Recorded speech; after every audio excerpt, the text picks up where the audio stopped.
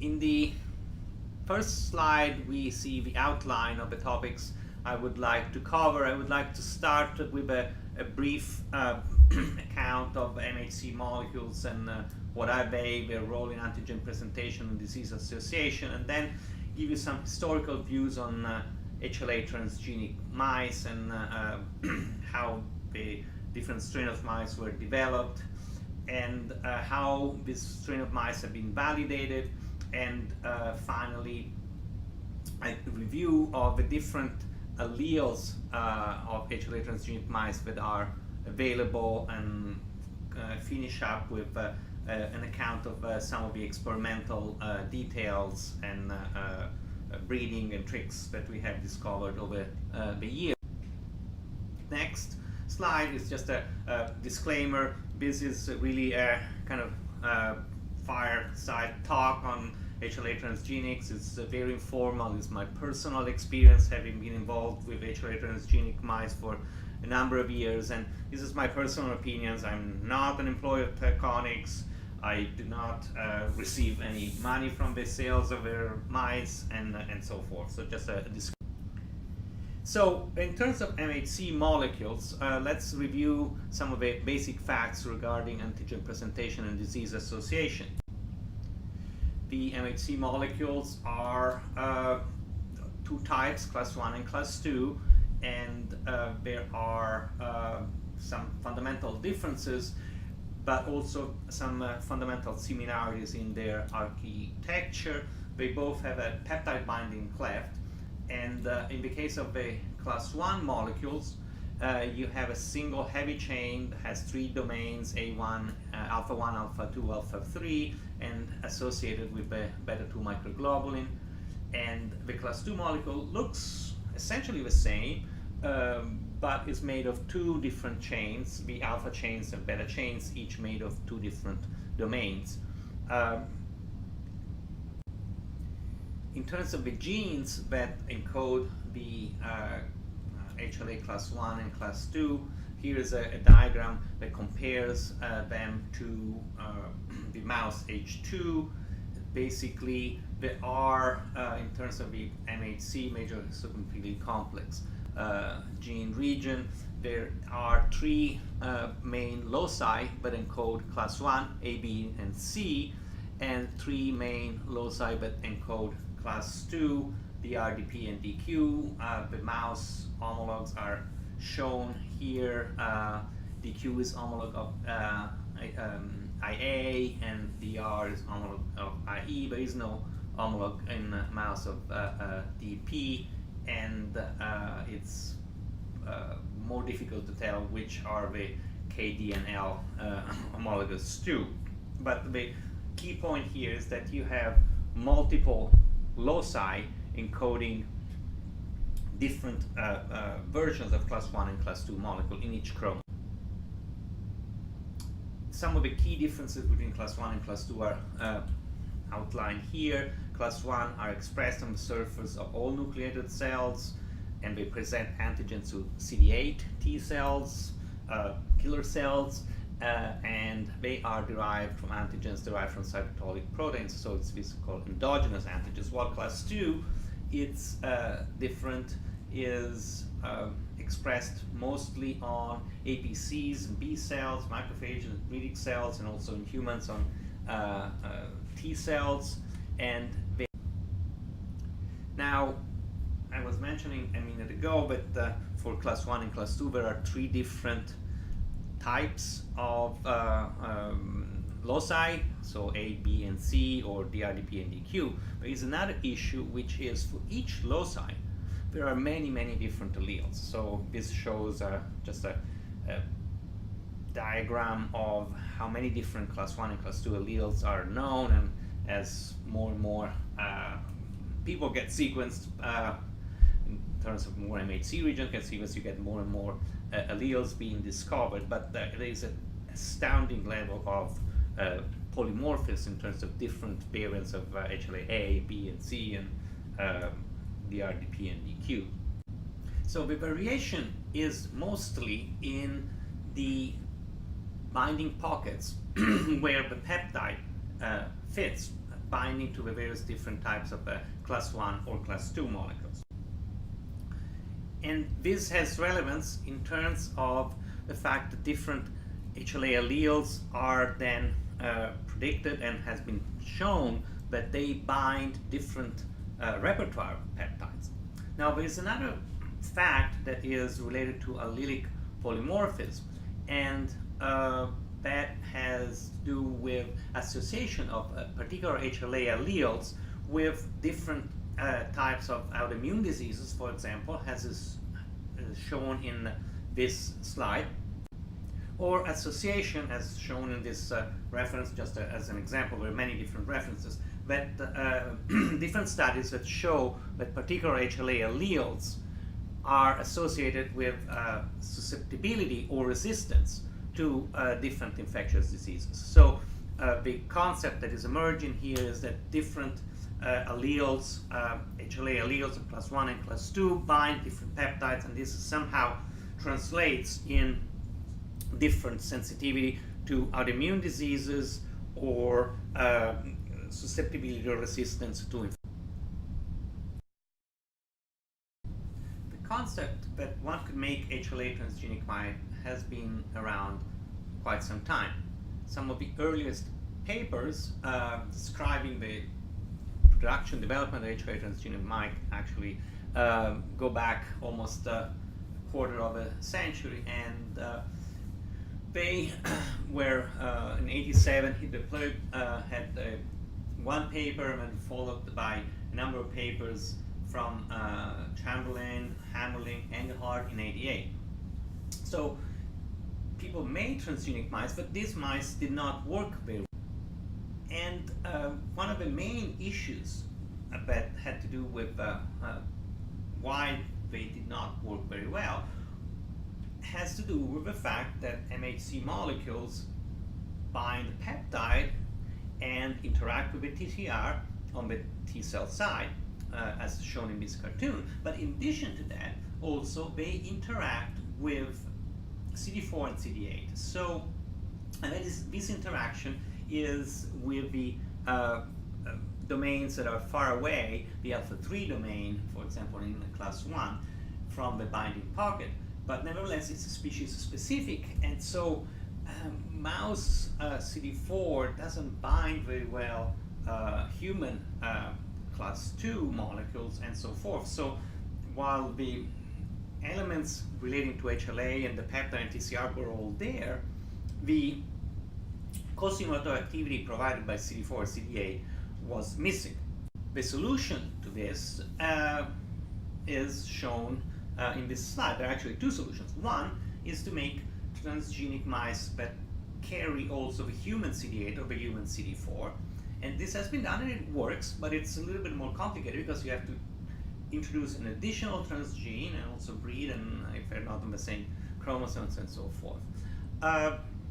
The approach that has been used by many groups and actually works quite well is to leave the alpha 1 and alpha 2 domain alone. Those are the ones that bind the peptide anyway, and keep the mouse alpha 3 domain. So you have a chimeric molecule that is HLA as far as the alpha 1 and alpha 2 and binding site for the peptide is concerned, but is mouse as far as the alpha 3 domain, for example, in class 1.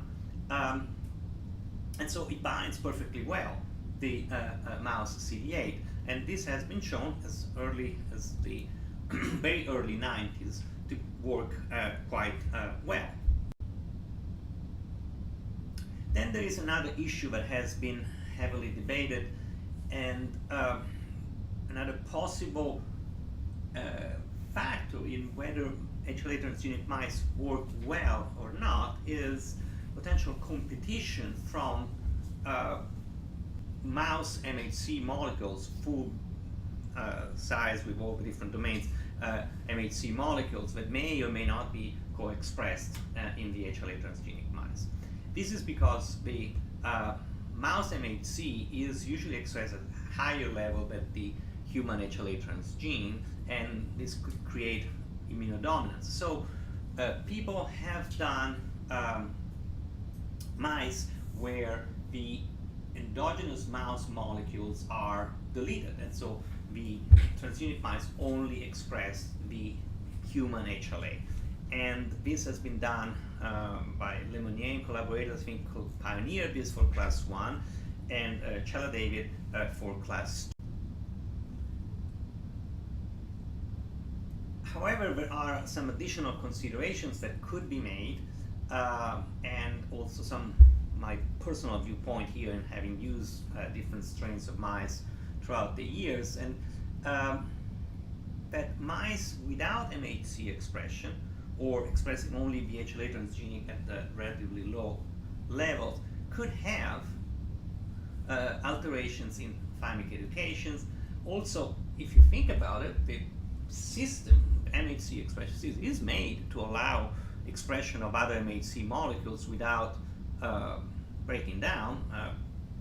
People are heterozygote, and also, as we were discussing in the earlier slide, there are different loci, so you express class 1 A, B, and C molecules, and the fact that you express HLA-A molecules doesn't seem to interfere necessarily with functional HLA-B. So in my opinion, lack of expression, for reasons that are not clear to me, it's really necessary for class 2. And if you have mice that express class 2, the endogenous mouse class 2 and HLA transgenic, they don't really work very well in terms of eliciting responses. But not at all for class 1. Class 1, you can have mouse MHC that doesn't seem to hurt any. In fact, in my experience, in several cases, it seems to have a beneficial effect.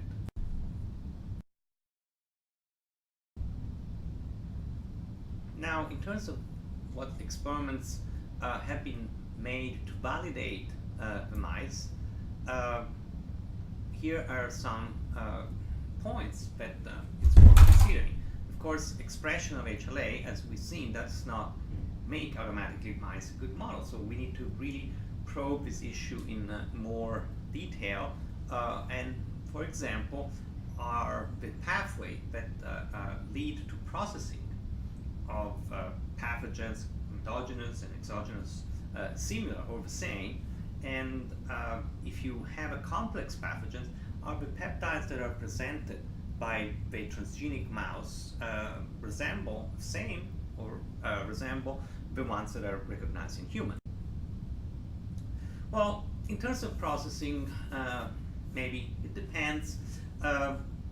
In terms of class 1, there are remarkable similarities between human and mouse, and in fact, Falk and co-workers showed for a 2.1 that you get similar peptides when HLA-A2 are expressed in a mouse or in human molecules.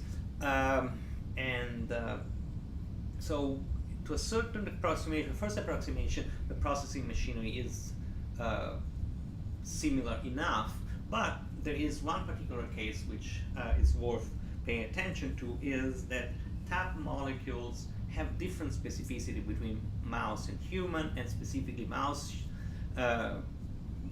TAP does not transport very well positively charged C termini, which is of relevance because in the case of HLA-A11 and other class 1 molecules, that's what MHC binds, so it's a positively charged C termini, and this could have substantial effects. Even though HLA-A11 transgenic mice, we have been using them, several other groups have been using them, so somehow it works, but there is this word of caution that has to be in terms of interpreting this. In terms of immunodominance, the question is, are the peptides epitopes recognized in humans the same that the ones recognized in mice? And this was experimentally addressed by several studies. For example, back in 1996, we did a study in which we looked at compare cytotoxic A2.1 epitopes in mouse and humans, and found a substantial overlap, but also differences. And particularly, of course, the overlap is very high when you use isolated peptides to immunize, because you remove all the processing and other factors. So general consensus that there is a high degree of similarity. What are some of the obvious things that jump out? First of all, in cases where there is self non-self issues, then that needs to be kept in mind. So of course, if you have a tumor antigen and you use the tumor antigen to immunize transgenic mice, that tumor antigen may be different, have different sequence in mouse versus humans. So it's, for all extents and purposes, a completely non-self antigen for the mouse. So you could get the immune response focusing on a different part. And also, in the case of big complex pathogens, such, for example, as you would see in the next slide, Arenavirus, the answer may be. So, in the case of Arenavirus, for example, Ennis and co-workers pointed out that this may be a complex situation. We had done studies, and also they had done studies, looking at different epitopes recognized in humans and HLA transgenic mice, and noted that there was a fair amount of overlap, but also a fair amount of lack of overlap. And the idea came about that in reality, when you have a highly complex pathogens, when you have tens of thousands of different peptides that could potentially be recognized, the degree of choices available makes the overlap less good. And in fact, also we pointed out that if you take two different individuals that are all humans that are A201 positive and vaccinated with Arenavirus, very often you will get differences in. In fact, we have examined this issue in more detail. This is the reference, and basically bottom line is that you have a maybe 50% concordance rate between epitopes identified in HLA2 transgenic mice and epitopes identified in the humans A2.1 positive that were immunized with the Dryvax vaccine. So as I was mentioning earlier on, of course, there are many different HLA alleles and different loci, A, B, C, DRDP, DQ. So let's cover a little bit of that ground and start by introducing the concept of HLA supertypes. So while it's true that there are hundreds and thousands of different HLA alleles, there is some method to the madness. And in fact, you can define HLA supertypes as families of HLA molecules with overlapping similar repertoires. And this has been recognized to have relevance to diagnostic vaccines because allows you to pick representative molecules and have a balanced coverage of a population, and also factor in the issue of HLA variations in different ethnicities. In the case of class 1 molecules, here's showing you various supertype families of HLA A and B, and you see that very broad motifs of, for example, an A2 supertype being characterized by HLA alleles that like an aliphatic or somewhat hydrophobic residue, both in position 2 and C-terminus and so forth. And basically by 9 supertypes or so, you can cover a majority of the different variation. This is a reference. In 2001, we actually published a revised and more up-to-date supertype classification. Similar aspect for class 2, where you can define different supertypes. Here you have about 7 supertypes that cover the majority of DP and DQ and DR. As I was mentioning, HLA supertypes are relevant in terms of diagnostic and epitope identification, and you can focus on one particular supertype. They bind, each allele binds somewhat different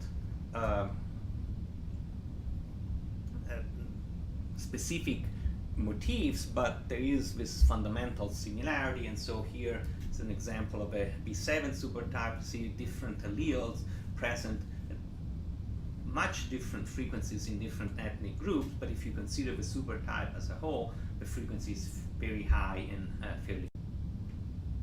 So how are we doing in terms of coverage of the major supertypes by different HLA transgenic mice? You see here are 7 of the main class 1 and A and B supertypes, and they're fairly well covered. There is a B27 that is not covered by the taconic set, but it's been made and published by at least 2 different academic groups. Also, I think that there is a need to perhaps develop additional strains of mice to cover B57 or B62 supertype. A little bit less is available in terms of the Class II supertypes. Here there is RDR4 transgenic mice from a number of different groups, and Danny Altman in England made some very nice DR1 and DR3 transgenic mice.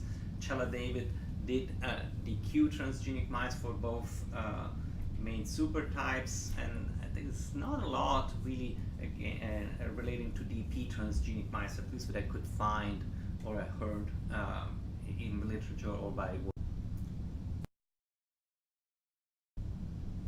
So in terms of the some of the details on how to breed and test and screen these HLA transgenic mice, you can have conceptually the HLA transgene on any different background. We already discussed the pros and cons of having them on a background that either express or does not express endogenous mouse, class 1 or class 2. It's just as a reminder, for class 2 it's absolutely crucial that, in my opinion, that no endogenous mouse molecules are expressed. For class 1, tend to lean on the opposite side. I think that it's better to have class 1 molecules, also mouse class molecules expressed. In our experience, gives a little bit of a better repertoire and healthier mice.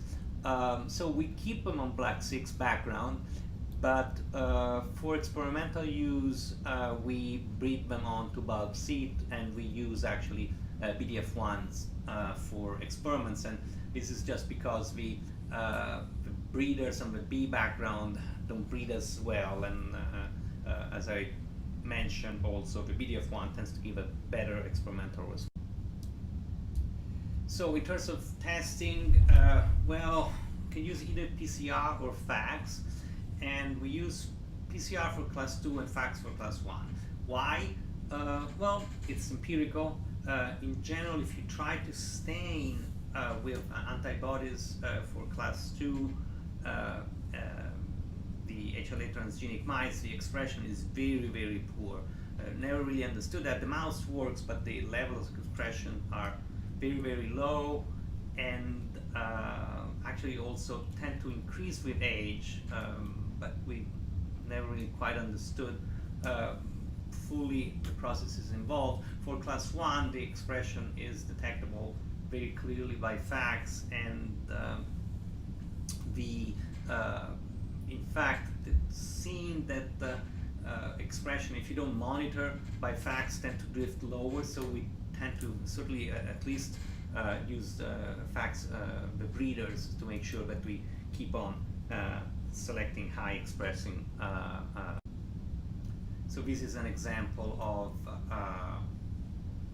testing different mice for the DR1 transgene. Now, in terms of using a study design, so a couple of issues that it's worth pointing out.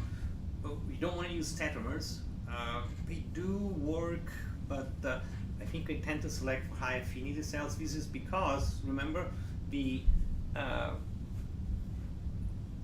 HLA transgenic mice, at least the one express the alpha 3 domain that is mouse, they do not work very well because with tetramers, because the tetramers instead use the full-blown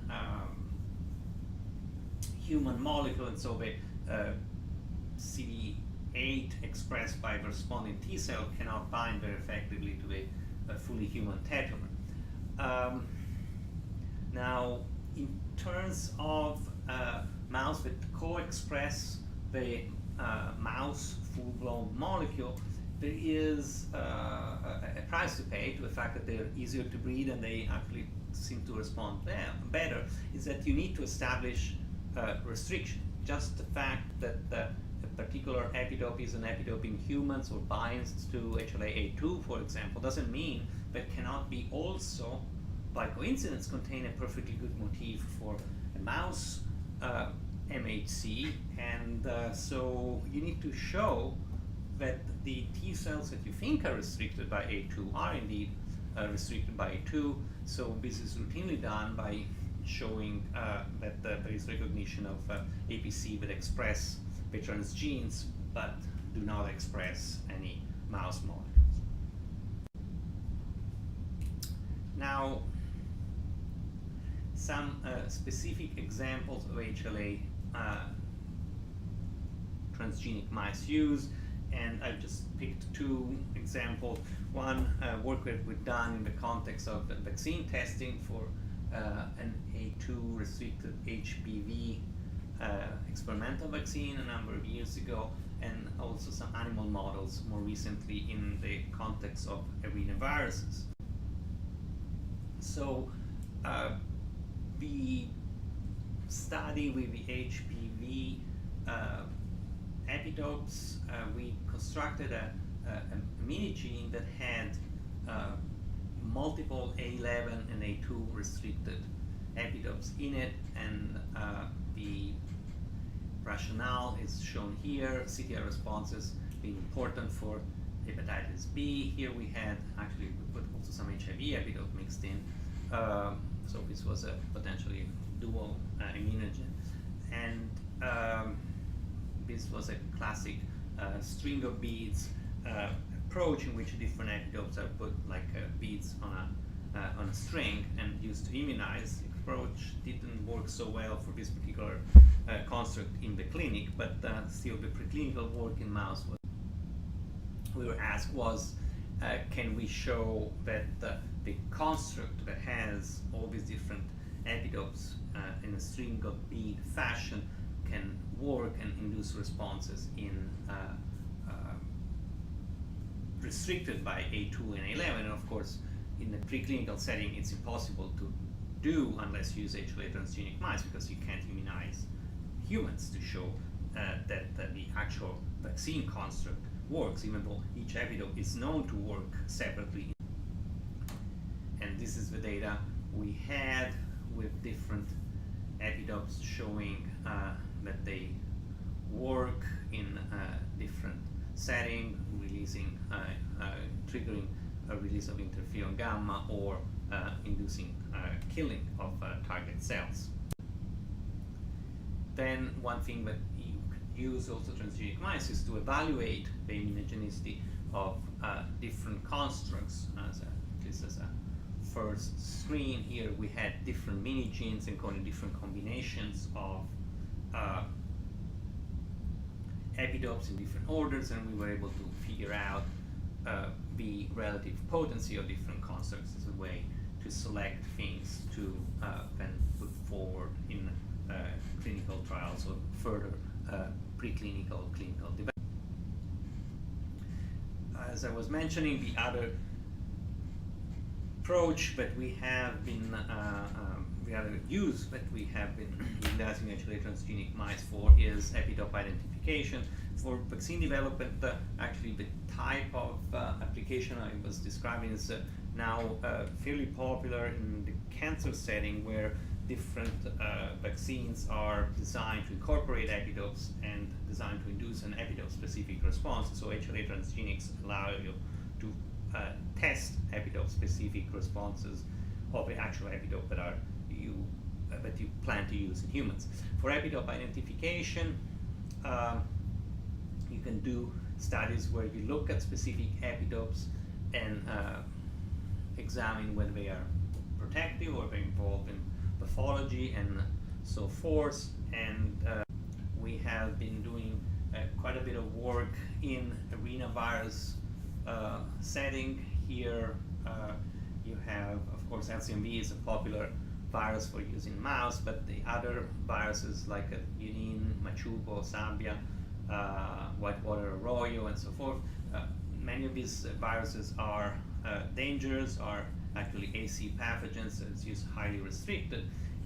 And there's not a lot of people that are actually naturally infected with these emerging viruses, and so we have used HLA transgenics and fragments, for example, Arenavirus expressing isolated proteins from these viruses to define epitopes, but then we could use to, if needed, monitor responses in people that have been exposed to the virus and so forth. So here you see different viruses that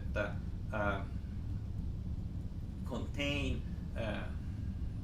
the recombinant Arenavirus contains different proteins are used to immunize HLA to transgenic mice, and then you screen different peptides in vitro for recognition from the experimental sites from the transgenic mice, and we were able to identify.